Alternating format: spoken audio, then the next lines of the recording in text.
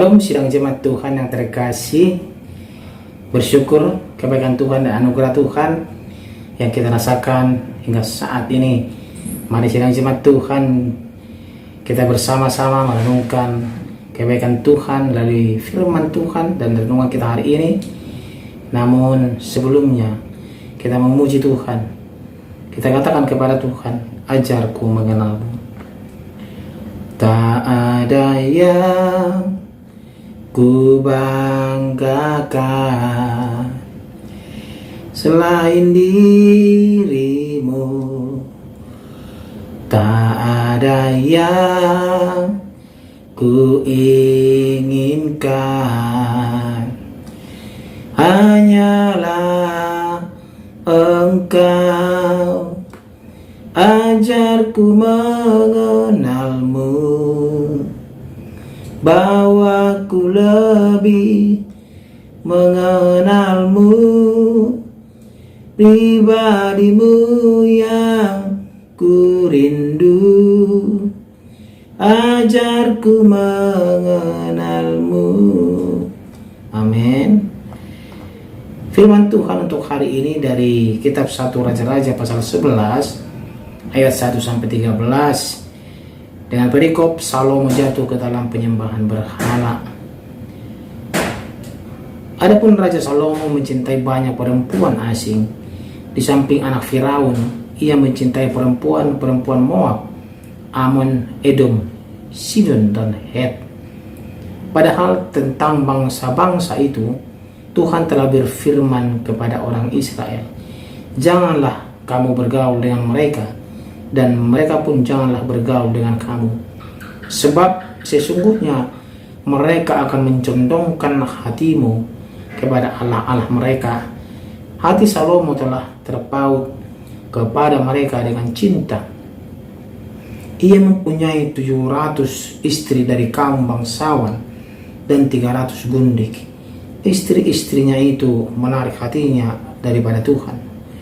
Sebab pada waktu Salomo sudah tua, istri-istrinya itu mencondongkan hatinya kepada Allah-Allah lain, sehingga ia tidak dengan sepenuh hati berpaut kepada Tuhan Allahnya seperti Daud ayahnya. Demikianlah Salomo mengikuti Asitoret, dewi orang Sidon, dan mengikuti Milkom, dewa kejijikan sembahan orang Amon. Dan Salomo melakukan apa yang jahat di mata Tuhan, dan ia tidak dengan sepenuh hati mengikuti Tuhan seperti Daud ayahnya. Pada waktu itu Salomo mendirikan bukit pengorbanan bagi Kamos, dewa kejijikan sembahan orang Moab, di gunung di sebelah timur Yerusalem, dan bagi Molok, dewa kejijikan sembahan Bani Amon. Demikian juga dilakukannya bagi semua istrinya, orang-orang asing itu yang mempersembahkan korban ukupan dan korban sembelihan kepada Allah-Allah mereka.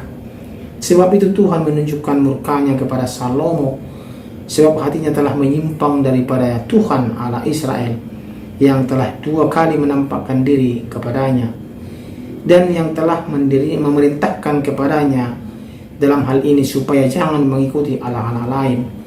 Akan tetapi ia tidak berpegang pada yang diperintahkan Tuhan.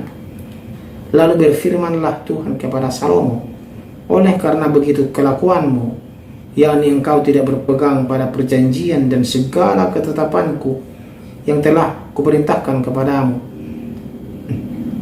maka sesungguhnya aku akan mengoyakkan kerajaan itu daripadamu dan akan memberikannya kepada hambamu.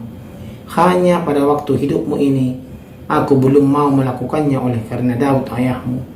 Dari tangan anakmu lah aku akan mengoyakkannya. Namun demikian kerajaan itu tidak seluruhnya akan kukoyakkan daripadanya. 1 suku akan kuberikan kepada anakmu oleh karena hambaku Daud dan oleh karena Yerusalem yang telah kupilih. Demikian pembacaan firman Tuhan. Tema kita pada hari ini adalah fokus kepada Tuhan.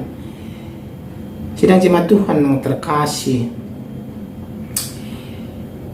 dalam situasi apapun kita harus tetap fokus. Baik itu kita membawa kendaraan, baik itu kita mengerjakan sesuatu, pekerjaan, baik itu suatu rencana yang kita susun, kita harus fokus untuk mengerjakannya dan melakukannya agar kita mencapai suatu hasil yang maksimal, yang luar biasa, dan memiliki hasil yang baik dan membuat kita bahagia dan membuat kita puas. Begitu dengan Salomo, hikmat yang diberikan Tuhan untuk memperlengkapi Salomo sebagai pemimpin Israel berdampak positif dalam kehidupannya. Salomo menjadi sangat terkenal dengan kebijaksanaannya. Imbasnya adalah ke seluruh aspek kehidupannya. Salomo menjadi orang yang cakap di segala bidang. Makin hari makin berhasil, makin hari makin diberkati oleh Tuhan Allah. Akhirnya Salomo pun berlimpah dengan harta dan kekayaan, tahta, kekuasaan dan harta ada dalam genggamannya.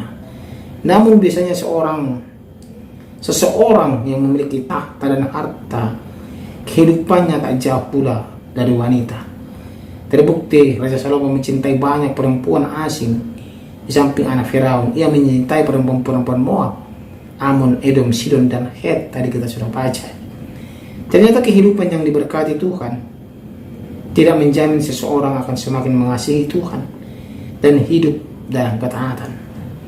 Ada dua kemungkinan: berkat dan kedudukan tinggi akan membuat seseorang semakin mengasihi Tuhan, atau malah sebaliknya membuat seseorang menjadi lupa diri, makin terlena dengan kenikmatan yang ada, dan akhirnya meninggalkan Tuhan dan berkompromi dengan dosa. Sedang jemaat Tuhan, inilah yang terjadi dalam diri Salomo.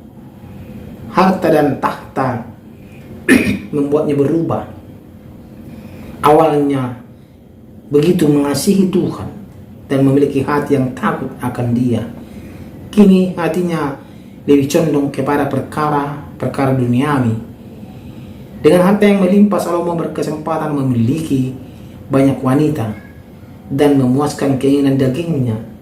Padahal Tuhan sudah mengingatkan dia dan mengingatkan bangsa Israel, janganlah kamu bergaul dengan mereka, dan mereka pun janganlah bergaul dengan kamu, sebab sesungguhnya mereka akan mencondongkan hatimu kepada Allah-Allah mereka. Hati Salomo telah terpaut kepada mereka dengan cinta. Tadi kita sudah baca juga. Bahkan Alkitab mencatat, sedang jemaat Tuhan, ia mempunyai 700 istri dari kaum bangsawan dan 300 gundik. Istri-istrinya itu menarik hatinya daripada Tuhan dan mencondongkan hati Salomo kepada Allah-Allah lain. Karena harta, tahta, dan wanita, Salomo jatuh ke dalam penyembahan berhala. Inilah yang menjadi awal kehancuran hidup Salomo. Jemaat Tuhan yang terkasih, pada awalnya Raja Salomo mengikuti perintah Tuhan dengan setia. Salomo juga tidak meminta kekayaan, umur panjang, atau kekuasaan, melainkan hikmat. Karena Tuhan menganugerahkan kekayaan dan kebesaran kepada kerajaan Salomo. Namun sayang, di akhir hidupnya, di masa tuanya, Raja Salomo gagal dia menjaga hatinya, sehingga berpaling pada Allah-Allah lain. Nas hari ini, sedang jemaat Tuhan, pembacaan firman Tuhan dan renungan hari ini mengingatkan agar kita tetap setia mengikut Tuhan dengan sepenuh hati. Bagaimana caranya, sedang jemaat Tuhan? Yang hidup dengan tulus hati, beralaskan kebenaran, dan melakukan apa yang diperintahkan oleh Tuhan melalui firman-Nya.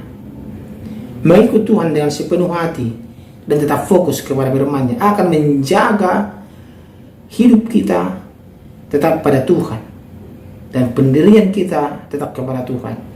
Ingat, sedang jemaat Tuhan, tetap fokus. Itu intinya.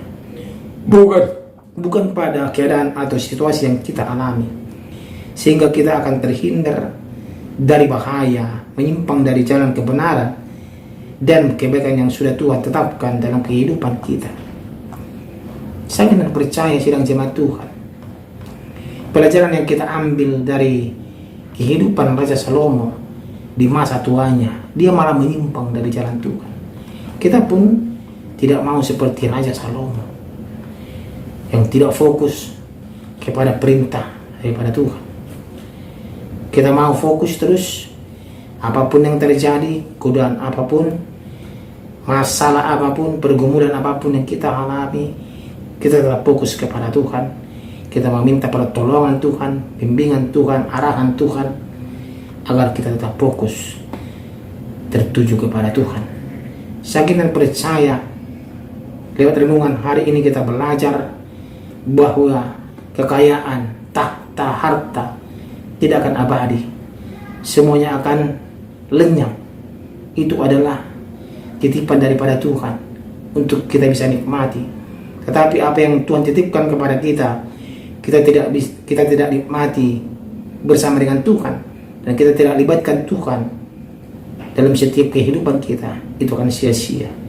Seperti Raja Salomo, kerajaannya akan terpecah belah, anaknya nanti generasi penerusnya yang meneruskan kerajaan akan terpecah belah kerajaan itu menjadi dua.